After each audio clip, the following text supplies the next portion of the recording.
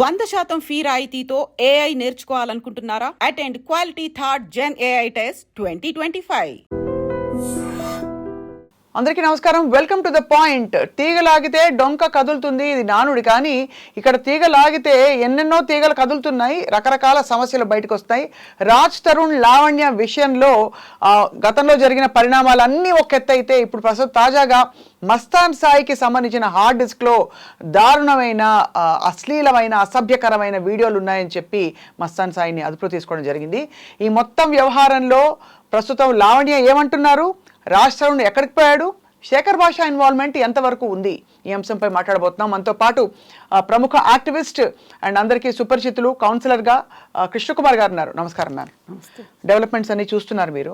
నిజంగా దిమ్మ తిరిగిపోయేలాంటి వాస్తవాలు బయటపడుతున్నాయి. అసలు ఈ వీడియోలు ఏమిటండి, హార్డ్ డిస్క్లు ఏమిటి, నిజంగా అంత దారుణమైన సమాజంలో ఉన్నామండి మనం. నిరూపిస్తున్నాయి కదా, పోర్నొద్దు, సమాజంలో మితిమీరిన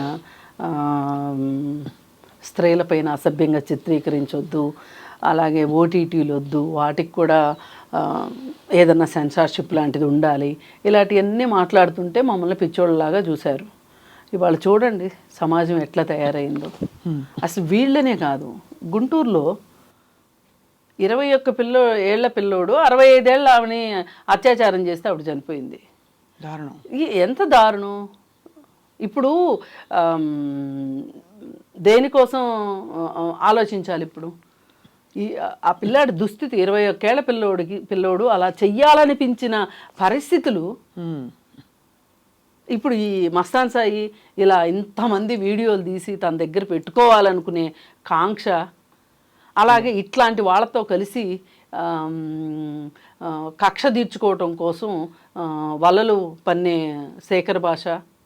అది ఇప్పుడు అసలు రాజ్ తరుణ్ లావణ్య దగ్గర మొదలైన స్టోరీ కాస్త ఇది శాఖోపశాఖలుగా విస్తరించింది అన్నట్లు, అసలు ఎక్కడి నుంచి ఎక్కడికి వెళ్తుందో అర్థం కావట్లేదు. ఇంత క్రిమినల్ మెంటాలిటీ అసలు ఎందుకు వస్తుంది జనంలో?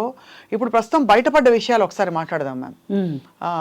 అసలు మస్తాన్ సాయి దగ్గర అతని హార్డ్ డిస్క్లో ఇన్ని వీడియోలు దొరుకుతున్నాయంటే మనకేమర్థం అవుతుంది అంటే ఒక డెన్ ఏదో ఉంది, ఆ డెన్కి అమ్మాయిల్ని రప్పించుకోగలుగుతున్నాడు. లేదు, స్వచ్ఛందంగానే అమ్మాయిలు వస్తున్నారు.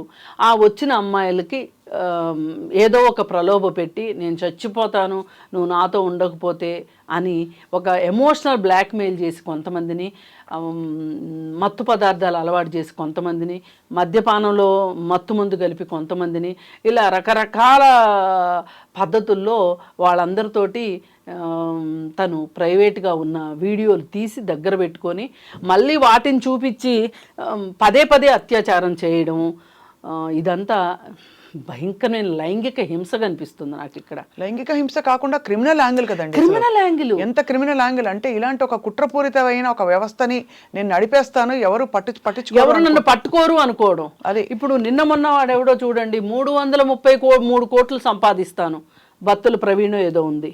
అవును. దేనికోసం అంటే విలాసాల్లో మునిగి తేలటానికి. వాడి దగ్గర 100 వీడియోలు ఉన్నాయంట, ఆ బత్తుల ప్రవీణ్ అనేవాడి దగ్గర. ఇప్పుడు వీడి దగ్గర 300 వీడియోలు. అదే మరి అసలు వీళ్ళందరూ ఏ పునాదుల మీద డబ్బు సంపాదిద్దాం అనుకుంటున్నారు?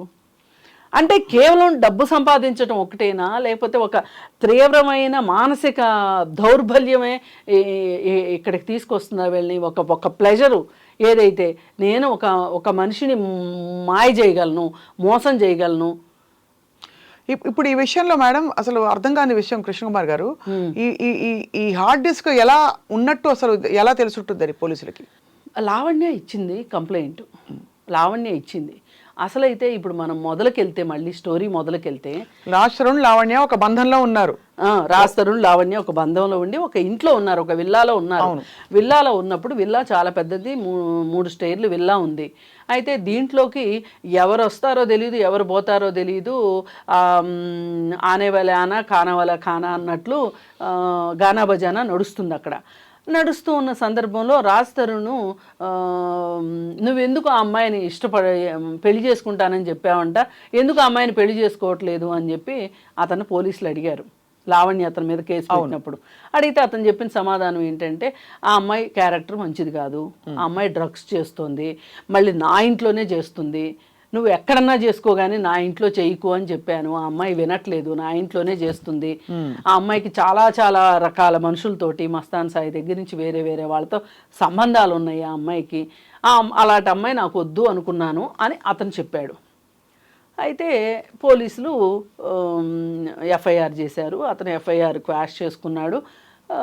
ఆ క్వాష్ చేసుకోగానే ఇక్కడ మనకి రెడీగా ఒక బావమరిది ఉన్నాడు సిటీలో, శేఖర్ భాష అనే బావమరిది. ఈ బావమరిది బావ కళ్ళల్లో ఆనందం చూడగానే బావమరిది కళ్ళల్లో ఆనంద బాష్పాలు. కానీ శేఖర్ భాష మొదటి నుంచి పురుష పక్షపాతిగా స్త్రీలందరూ క్రిమినల్ మెంటాలిటీతో ఉంటారనే ఒక వాదన పెట్టుకుని ఇలాంటి కేసెస్ బయటకు వచ్చాడండి అతను. ఫస్ట్ టైం బయటకు వచ్చింది ఎక్కడ, మేబీ మీతోనే ఇంటర్వ్యూ అనుకుంటా, ఒక ఇంటర్వ్యూ. ఒక అమ్మాయి తనని నన్ను ప్రేమిస్తావా చస్తావా, నన్ను ప్రేమిస్తావా చస్తావా అని చెప్పి నన్ను హింసించింది. మరి ఆ అమ్మాయి పేరేదో ఏముందో, ఆ అమ్మాయి ఆ తర్వాత సూసైడ్ చేసుకుందోనో ఏదో అన్నారు. ఒక అమ్మాయి అయితే ఇతను ప్రేమించిన అమ్మాయి సూసైడ్ చేసుకుంది. అది అయిపోయిన తర్వాత ఇంకెవరో అమ్మాయిలతోటి ఇతనికి గొడవలు ఉంటే వాళ్ళ మీద కూడా కక్ష తీర్చుకునే ప్రోగ్రాంలో ఇప్పుడు అతను ఉన్నాడు ప్రస్తుతం. కానీ మొట్టమొదటిసారిగా రాజ్ తరుణ్ కేసులోనే బయటకు వచ్చాడు. రాజ్ తరుణ్ కేసులో బయటకు వచ్చి అప్పుడు మాట్లాడడం మొదలుపెట్టాడు. అప్పుడే మాట్లాడడం మొదలెట్టి లావణ్యది తప్పు అనడం మొదలెట్టాడు. కానీ లావణ్యది తప్పు అని మాట్లాడే హక్కు నీకుంది, ఒక పౌరుడిగా నీకు ఆ హక్కు ఉంది. కానీ రాజ్ తరుణ్ తప్పు లేదు అని తీర్మానించే హక్కు నీకు లేదు. అంటే ఇక అతను పూర్తిగా అడ్డంగా వెనకేసుకున్నా పర్లేదు, కానీ అంటే అతని అభిప్రాయం కాబట్టి. కానీ ఇక్కడ ఈ క్రిమినల్ చర్యల్లో అతని ఇన్వాల్వ్మెంట్ ఉన్నట్టు మనకి ఎలా తెలుస్తుంది? ఇప్పుడు అతను ఆ రోజు అలా మాట్లాడితే ఎంతసేపటికి లావణ్యని టార్గెట్ చేసి రాజ్ తరుణ్ మంచోడు అని చెప్పి రాజ్ తరుణ్ వైపుకి వెళ్ళిపోయి ఎలాగోలా రాజ్ తరుణ్కి ఆ ఇంట్లో ఉన్న ఈ లావణ్యని ఆ ఇల్లు ఖాళీ చేయించాలి అని కంకణం కట్టుకున్నాడు అతను. కంకణం కట్టుకుని వాళ్ళు ఏదో మాట్లాడుకున్నారు, అవును, ఒక కాంట్రాక్ట్ ఏదో మాట్లాడుకున్నారు. దానికోసం ఈవిడేమో ఇంకొక లాయర్ని అప్రోచ్ అయింది. ఆ తర్వాత ఆ లాయర్ కాకుండా ఇంకొక లాయర్, నేను ఒకరోజు చచ్చిపోతానని ఆ అమ్మాయి రాత్రిపూట బెదిరిస్తే ఇంకొక లాయర్ ఎవరో వెళ్ళి ఆ అమ్మాయిని రక్షించాడు. అంటే ఇది ఎలా అయిపోయిందంటే వీళ్ళ కదలికల్ని ఆ అమ్మాయి కదలికల్ని వీళ్ళు రికార్డ్ చేస్తున్నారు. అంటే అదే ఎలా చేస్తున్నారు అనేది ఇప్పుడు. ఎందుకంటే ఇప్పుడు లేటెస్ట్ గా శేఖర్ భాష మస్తాన్ సాయి మాట్లాడుకున్నట్టుగా వచ్చిన ఫోన్ కాన్వర్సేషన్ ఎవరుండి రికార్డ్ చేశారు, ఎలా బయటకు వచ్చింది? అది వాళ్ళిద్దరు బయట పెట్టుకోరు కదా, వాళ్ళ ఫోన్లు ఎవరు ట్యాప్ చేస్తున్నారు? మరి ఆ మాట మనం అడిగితే గనక లావణ్య ఎవరితో మాట్లాడినా ఆ రికార్డులన్నీ బయటకు వచ్చేస్తున్నాయి. లావణ్య ఫోన్ ఎవరు ట్యాప్ చేస్తున్నారు అంటే దీని అర్థం ఏంటంటే పోలీసుల్లోనే వీళ్ళకి సహకరించే వాళ్ళు ఉన్నారు. ప్రైవేట్గా ఫోనులు ట్యాప్ చేసే అవకాశం ఎవరికి లేదు. అంటే దీని వెనక ఎవరో పోలీసులు, వీళ్ళంతా రెండు జట్లుగా అయిపోయినట్లుగానే పోలీసుల్లో కూడా రెండు జట్లు ఉన్నారని అర్థం దీన్ని బట్టి. అంటే ఇంటెలిజెన్స్ కౌంటర్ ఇంటెలిజెన్స్ ఎట్లా ఉంటాయో, ఎలా పనిచేస్తాయో ఇక్కడ కూడా అలాగే పనిచేసినాయి అని ఎత్తులకి పై ఎత్తులు.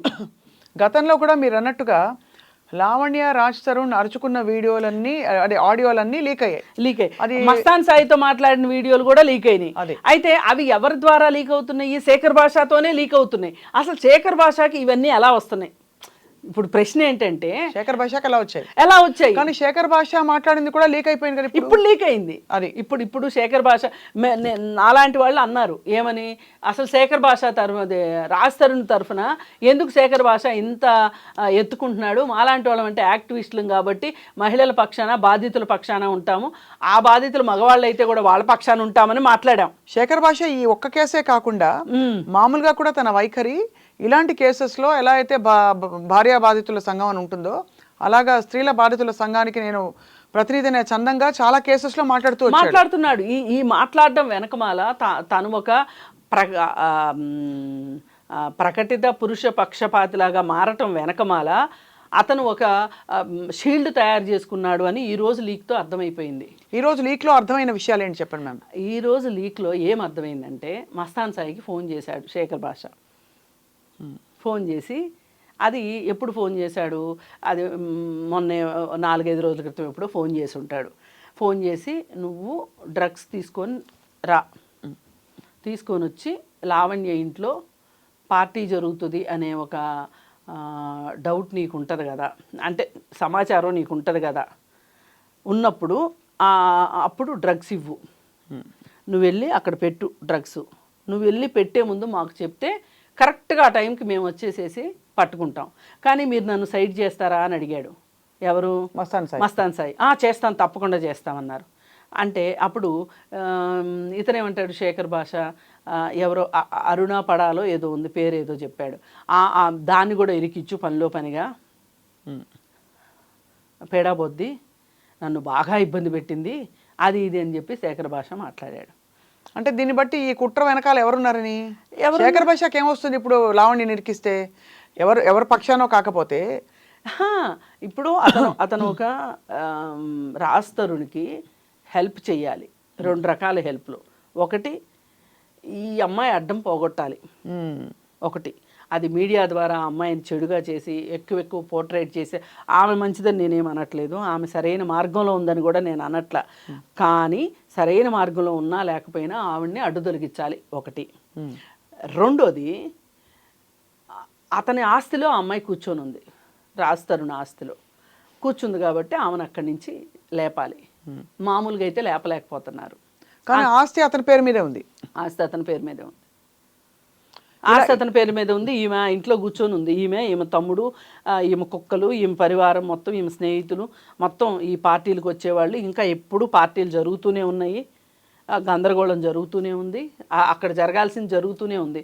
రాజ్ తరుణే అవుట్ సైడర్ లాగా బయట ఎక్కడో ఉంటున్నాడు. ఇదివరకేమో చెప్పాడు ఒక ఇంటర్వ్యూలో, నేను వస్తాను ఇంటికి, నేను వచ్చేసరికి పార్టీ జరుగుతూ ఉంటుంది గానా బజానా, నేను కామ్గా అందరికీ ఒకసారి విష్ చేసేసి నేను పైకి వెళ్ళిపోయి నా రూమ్లో నేను రెస్ట్ తీసుకుంటాను, నేను జస్ట్ ఇంటికి రెస్ట్ తీసుకోవడానికే వస్తాను, ఇల్లంతా ఆవిడదే అని చెప్పాడు. ఇల్లంతా ఆమె మేనేజ్ చేసుకుంటుంది, అంతా ఆమె చూసుకుంటుంది అని చెప్పాడు. సో ఆమెను అక్కడ తొలగించడానికి ఇది ఒక ప్లాన్ అంటారు. ఇది ఒక ప్లాన్. సో అసలు బేసిక్గా లావణ్యకి డ్రగ్స్తో సంబంధాలు ఉన్నాయని ఎక్కడైనా నిర్ధారణ అయినట్టు మనకు తెలుస్తుందా ఇంతవరకు? ఒకసారి అరెస్ట్ అయిందిగా, అంటే అవును, అదే ఆ టైంలో కుక్క పిల్లని తీసుకుని వాకింగ్కి వెళ్ళినప్పుడు అదేనా అని పోలీసులు చెప్తున్నారు. ఆమె ఏం చెప్తుంది, నేను ఢిల్లీ నుంచి వస్తుంటే నన్ను స్టేషన్లో అరెస్ట్ చేశారని ఆవిడ చెప్తుంది. స్టేషన్లో అరెస్ట్ చేశామని పోలీసులు చెప్తున్నారు. ఈమెమో నేను కుక్క పిల్లని వాకింగ్ తీసుకెళ్తే అక్కడ అరెస్ట్ చేశారని ఈవిడ చెప్తుంది. అసలు నా దగ్గర పొజిషన్లోనే లేదు అని చెప్తుంది. మరి పొజిషన్లో లేకపోతే ఇప్పుడు ఈమె నాకు డ్రగ్స్ అలవాటు చేసిందని ఒక అమ్మాయి వచ్చి చెప్పింది, బయటకు వచ్చి చెప్పింది. అమ్మాయి ఎందుకు చెప్తుంది? ఆ అమ్మాయి వచ్చి ఈ అమ్మాయి ఇంట్లో ఎందుకు ఉంది అన్ని రోజులు, ఏ రీజన్ తోటి ఉంది? అవును, ఇప్పుడు ఎవరి పిల్లలు వాళ్ళ ఇంట్లో ఉంటారు. మహా అయితే స్లీప్ ఓవర్స్ అని కొత్త కాన్సెప్ట్ ఒకటి వచ్చింది కాబట్టి 1 రోజు ఉంటారు, 2 రోజులు ఉంటారు. అసలు రోజుల తరబడి ఎందుకు ఈ ఇంట్లో ఉంది? అక్కకు ఒంట్లో బాగోకపోతే అక్క కోసం ఉన్నాను అని చెప్పింది. వాళ్ళ అమ్మ కూడా లబోదీపోమని, ఇదేంటమ్మా నువ్వు వెళ్ళి వాళ్ళ ఇంట్లో ఉంటాం ఏంటి అంటే, వాళ్ళ అమ్మకు ఒకటి అర్థమైపోయింది, ఈ అమ్మాయి ఇక్కడ డ్రగ్స్ తీసుకుంటుంది వాళ్ళ అమ్మాయి అని అర్థమై ఆ అమ్మాయిని తీసుకెళ్లి రీహాబ్లో పెట్టి బాగు చేసుకున్నానని చెప్తుంది ఆ తల్లి. అవును అవును. కానీ ఆ డ్రగ్స్ ఎక్కడి నుంచి వస్తాయి వీళ్ళ ఇంట్లో ఉన్నప్పుడు? మస్తాన్ సాయి ఇస్తాడు. అప్పుడు మస్తాన్ సాయి లావణ్యతో ఎప్పటి నుంచో ఉన్నారు వాళ్ళిద్దరికి పరిచయం. అసలు అది ఉంది, అది తెలిసింది, అది పరిచయం ఉన్నట్టు తెలుసు. కానీ వాళ్ళిద్దరూ కలిసి డ్రగ్స్ ఇస్తున్నట్టు అనుకోవాలి అయితే. అంతేగా మరి, లావణ్య మస్తాన్ సాయి. మరి మొత్తం వ్యవహారంలో సరే వీళ్ళ బంధం ఎలా విడిపోయిందని చూస్తే రాజ్ తరుణ్ పాత్ర ఏంటంటారు? అంటే అతను ఒక బంధం, అతను చేసిన తప్పేమన్నా ఉంటే అతను రిలేషన్షిప్ లో ఉండి తర్వాత వద్దనుకుంటున్నాడు, వాట్ ఎవర్ రీజన్. అది కాదు, అది ఒకటే కాదు తప్పు. ఇప్పుడు ఆ ఇంట్లో ఆ అమ్మాయి ఉంది, ఆ అమ్మాయి అనైతికమైన అసాంఘిక కార్యకలాపాలకి పడుతున్నట్టు ఎవరు నిర్ధారించారు? మనం అనుకుంటున్నాం. అతనే చెప్పాడు, రాజ్ తరుణ్ చెప్పాడు. చెప్పినప్పుడు అతను ఎందుకు ఉంచుకున్నాడు ఆ అమ్మాయిని ఇంట్లో? పొమ్మని లేక అనుకుంటే పొమ్మనాలి, పొమ్మని లేకంటే కుదరదు. ఇప్పుడు చట్టం ఏం చెప్తుంది, ఒక ప్రాస్టిట్యూషన్ హోమ్ని గనక ఏ ఇంట్లో నడుస్తుంటే ఆ ఇంటిని కూడా సీజ్ చేస్తారు. ఒకళ్ళు ఎవరో వచ్చి ఇల్లు అద్దెకి కావాలండి, నేను మా ఆవిడ ఉంటాము అని చెప్పి వస్తారు మన దగ్గరికి. వాళ్ళిద్దరు భార్యాభర్తలు అని మనం నిర్ధారించుకోకుండా ఇల్లు అద్దెకిచ్చేసేస్తాం. ఇల్లు అద్దెకిచ్చిన తర్వాత ఆ ఇంట్లో వాళ్ళు ఉండి వాళ్ళు ప్రాస్టిట్యూషన్ చేస్తున్నారు. ఏదో ఒక శుభముహూర్తాన పోలీసులు రైడ్ చేశారు. రైడ్ చేసినప్పుడు చట్టం ఏం చెప్తుంది అంటే, ఆ అమ్మాయి స్వచ్ఛందంగా 4 అమ్మాయిలతోటి బిజినెస్ చేయిస్తుంది అనుకోండి, ఆమె ముఠా నాయకురాలు అనుకోండి, ఆమెను అరెస్ట్ చేస్తారు. అది కరెక్ట్. ఆ చేసేటప్పుడు ఏం చేస్తారు, ఈ ఇల్లు ఎవరిది? ఆమె సొంతమా, ఆమె అద్దెకి తీసుకుందా? అద్దిల్లు అంటే ఆ ఓనర్కి కూడా పనిష్మెంట్ ఉంది. ఎందుకు అంటే నీ ఇంట్లో జరిగింది కాబట్టి రాజ్ తరుణ్ కూడా ఈ విధంగా శిక్షార్హుడు అక్కడ.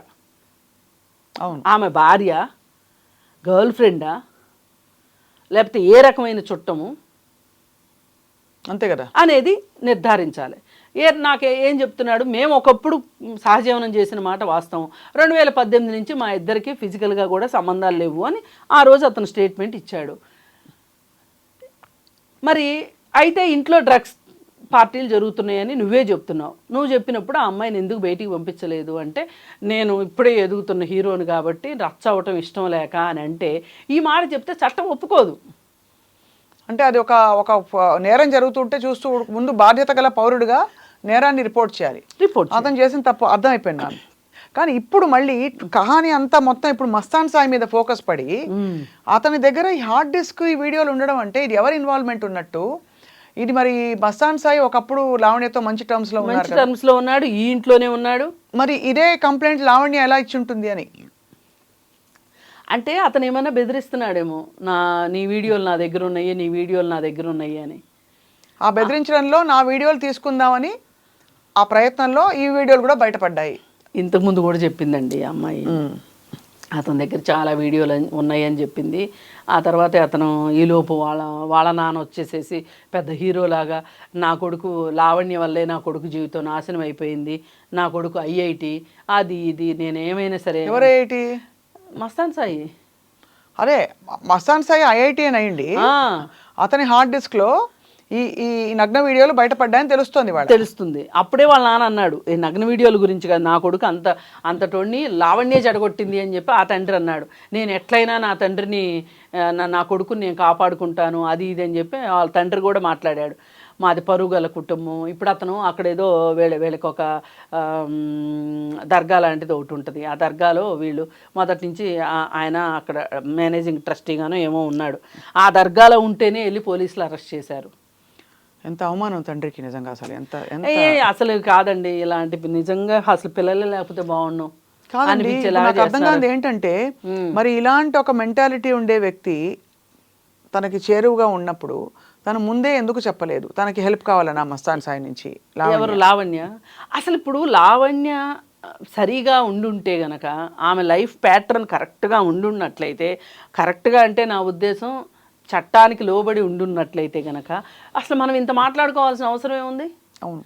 వీళ్ళందరూ ఏంటి అంటే వీళ్ళకున్న ఆదాయాలు వీళ్ళకి సరిపోవు, వీళ్ళు రంగురంగుల ప్రపంచాలు చూస్తున్నారు, చూసి వాళ్ళకిలాగా ఉండాలని వీళ్ళు ప్రయత్నం చేస్తున్నారు. ఇప్పుడు కేపీ చౌదరి ఉన్నాడండి, ఎందుకు సూసైడ్ చేస్తున్నాడు ఇప్పుడు చెప్పండి? మెకానికల్ ఇంజనీర్ చదువుకున్నాడు పూనాలో, ఇక్కడికి వచ్చి సినిమాలు తీసి అర్ధరాత్రి లక్షాధికారులు కోటీశ్వర్లు అయిపోవాలి, వచ్చి చేతులు కాల్చుకున్నాడు. బతకటానికి దారి దొరక్క డ్రగ్స్ తీసుకొచ్చి అమ్మటం మొదలెట్టాడు. ఎన్నోసార్లు జైలుకి వెళ్ళాడు. ఇప్పుడు అప్పులు భారం ఇవన్నీ తట్టుకోలేక సూసైడ్ చేసుకున్నాడు. ఎందుకు డ్రగ్స్ దగ్గరికి వెళ్ళాడు ఇతను అంటే ఏం చెప్తాము? ఈ సినిమా ఇండస్ట్రీలోకి వచ్చి నిలదొక్కుకోలేని వాళ్ళు, ఆడవాళ్ళు అయితే వ్యభిచారం, మగవాళ్ళు అయితే డ్రగ్స్ అమ్మడము, లేకపోతే పెద్ద పెద్ద హీరోల దగ్గర మేనేజర్లుగా చేరటము, ఇట్లా రకరకాల వృత్తులు నేర్చుకుంటున్నారు, వృత్తులు చేసుకుంటున్నారు. దానిలో బయటపడుతున్న అనేక అంటే చూస్తుండగా గీత దాటి ఎక్కడికో దూరం వెళ్ళిపోతున్నారు. ఎప్పుడో వెనక్కి తిరిగి చూసుకునేసరికి అసలు మేము ఎక్కడ మొదలెట్టాం? ఎందుకంటే ఇవాళ మనం నగ్న వీడియోలు, డ్రగ్స్ ఇవి చాలా సామాన్యమైన మనలాంటి వ్యక్తుల దగ్గర దొరికినట్టు మాట్లాడుకుంటున్నాం. అంటే వాళ్ళు ఎక్కడో క్రిమినల్ గ్యాంగ్ నుంచి, మాఫియా నుంచి రాలే. సమాజం మన చుట్టూ ఉన్న వాళ్ళు మన పక్కనే ఉన్నాడు. ఇప్పుడు ఈ స్టోరీ అంతా బయటికి రాకముందు లావణ్యకి మామూలు స్నేహితులు ఉండుంటారా? అదే కదా. రాజ్ తరుణ్కి ఉండుంటారా? అసలు ఎక్కడో దాకెందుకు? శేఖర్ భాష ఎన్ని కబుర్లు చెప్పాడు. ఇది ఒక షీల్డ్ అవుట్ వేసుకొని, ఉద్యమకారుడు షీల్డ్ అవుట్ వేసుకొని వెనకమాలు చేసే పనులు ఇవా? అసలు శేఖర్ భాష ఇన్వాల్వ్మెంట్ ఏమిటని ఇందులో? ఇప్పుడు ఏ ఇన్వాల్వ్మెంట్ లేకపోతే ఆ అమ్మాయి ఇంట్లో డ్రగ్స్ పెట్టమని ఎందుకు చెప్తాడు మస్తాన్ సాయికి? చాలా. ఇప్పుడు నేనైతే చేస్తానా? చేయం కదా. మీరైతే చేస్తారా? అసలు అలాంటి వాడితోటి ఫోన్ కాల్ మాట్లాడడం నువ్వు నికార్సైనోడు అయితే, నువ్వు సరైనోడు అయితే అతనితో అతను మోస్ట్ వాంటెడ్ క్రిమినల్ కదా. కొన్ని రోజులు నెలల పాటు దొరకలేదు అతను, పోలీసులను ఏమార్చి తిరిగాడు, అక్కడ అన్నదానాలు చేసుకుంటా కూర్చున్నాడు, ఇక్కడ ఓ బ్యాండ్ ఒకటి కట్టుకొని, మొత్తానికి పట్టుకున్నారు. అలాంటి వాడితో నువ్వు ఫోన్ ఎందుకు చేస్తున్నావు, అతనితో ఎందుకు మాట్లాడుతున్నావు నువ్వు సరైనోడు అయితే? నీ నీ నీ ప్రైవేట్ పంచాయతీ ఏంటి ఇక్కడ? అసలు ఎందుకు ఇంటర్ఫియర్ అయ్యావు అనేది క్వశ్చన్. అదేదో క్వశ్చన్. ఏం ఆశించి లేదు, ఎవరికి హెల్ప్ చేద్దామని, ఏం జరిగింది ఎవరికి లేదు ఇక్కడ. ఇప్పుడు ఇంతకీ మరి ఈ విషయంలో ఎవరెవరు ఇంప్లికేట్, ఎవరెవరు చట్టపరమైన చర్యలకి లోన్ అవుతారని మీరు అనుకుంటున్నారు? అందరూ లోన్ అవుతారండి. లావణ్య దొరుకుతుంది దీంట్లో, రాజ్ తరుణ్, మస్తాన్ సాయి, శేఖర్ భాష కూడా ఇవాళ ఆన్సర్ చెప్పుకోవాల్సిందే. అసలు నువ్వు అంత డ్రగ్స్ వాడి దగ్గర నుంచి డ్రగ్స్ తెమ్మన్నావు అంటే లావణ్యకి ఇవ్వటానికైనా, నువ్వు కూడా తీసుకుంటానికా అని అడుగుతారు పోలీసులు. ఏం చెప్తాడు సమాధానం? తీసుకోవడం కంటే కూడా పెడ్లింగ్ చాలా పెద్ద నేరం, మీరు అన్నట్టు రైటే. అవును, ఇప్పుడు అతన్ని తీసుకుని రమ్మని చెప్తున్నాడు, తీసుకుని వచ్చి ఆ అమ్మాయి ఇంట్లో పెట్టమంటున్నాడు. ఆ అమ్మాయి ఇంట్లో పెట్టడానికి తీసుకురమ్మంటున్నావా, ఇంకెవరికన్నా ఇంకెవరికన్నా అమ్మటానికి తెమ్మంటున్నావా అంటే నువ్వు సమాధానం ఎట్లా చెప్తావు? ఇది అసలు మస్తాన్ సాయే లీక్ చేశాడని డౌట్ వస్తుంది ఇప్పుడు ఈ ఆడియో కాల్. ఇతనితోనే మాట్లాడుతున్నట్టు నటించి, అంటే ఇది సినిమా తీస్తే కూడా ఎవరు నమ్మరు కృష్ణ కుమార్ గారు. అసలు నమ్మరండి. పాత రోజుల్లో మనకు గుర్తుండే ఉంటాయి, అవే కళ్ళు సినిమా ఏదో, ఆ సినిమాలో ఎవరికి అసలు సూపర్ బాస్ ఎవరికి తెలీదు. అవును, ప్రతి వాళ్ళు వాళ్ళ పైన వాళ్ళతోనే మాట్లాడతారు, ఆ పైన వాళ్ళతో మాట్లాడతారు. ఈ మధ్య కూడా ఇలాంటి సినిమా ఏదో వచ్చింది. అంటే నా బాధ ఏంటంటే అండి, ఇక్కడ అసలు మనం పూర్తిగా ఆ వీళ్ళ గోలే సరిపోతుంది కానీ మనకి ఆ యువతలు ఎవరైతే ఉన్నారో 300 వీడియోలు ఏదైతే ఉన్నాయో, ఇప్పుడు అతనితో పరిచయం ఉన్న ప్రతి అమ్మాయికి గుండెల్లో గురపాలు గుచ్చుకున్నట్టేగా. అంతే, తెలుసో తెలియకో, ఇష్టపూర్వకంగానో అయిష్టంగానో అతనితో ఆ కార్యకలాపాల్లో పాల్పంచుకున్నందుకు ఇప్పుడు ఎంతమంది గుండెలు గోగోలాడిపోతాయి. ఇప్పుడు కేపీ చౌదరి ఫోన్లో 800 ఫోన్ నెంబర్లు ఉన్నాయంట. ఇప్పుడు చచ్చిపోతున్నారు, మాకు అతనితో సంబంధం లేదంటే మాకు అతనితో సంబంధం లేదని ఇస్తున్నారు. పాపం ఆ సురేఖవాణి కూతురు ఏదో పిచ్చిదానిలో ఉంది, అన్న నువ్వు లేకుండా నేను ఎట్లా బతకాలి అని చెప్పి రక్త సంబంధంలో సినిమాలాగా పాటలు పాడుతుంది. ఎంత ఎటుపోతుందో అర్థం. అంటే వీళ్ళు నేను వీళ్ళ పక్షాన ఉన్నాను అని చెప్తే నాకేమి నష్టమో అని ఆలోచించగలిగే విజ్ఞత కూడా, వివేకాన్ని కోల్పోతున్నారు వీళ్ళు. అంతే అంతే. ఇప్పుడు ఈ మొత్తం గ్యాంగ్ కూడా అదే చేసింది. ఇప్పుడు మనలాంటి వాళ్ళం అనుకోండి, అంతటి ప్రమాదానికి మనం అసలు ప్రమాదాన్ని ఊహించకుండాను ఉండము, దాని జోలికి. ప్రమాదం కంటే కూడా మంచి చెడు విచక్షణ ఉంటుంది కదా. ఇప్పుడు నిజంగానే కరెక్ట్ మంచి ఒక వైపు ఉంటే వాళ్ళ వైపు నిలబడడానికి ఎవరు వెనకాడరు, మీరే వెనకాడరు. ధర్మం ఎటువైపు ఉంది, చట్టపరమైన న్యాయం ఎటువైపు ఉందో అటువైపు ఉంటాం.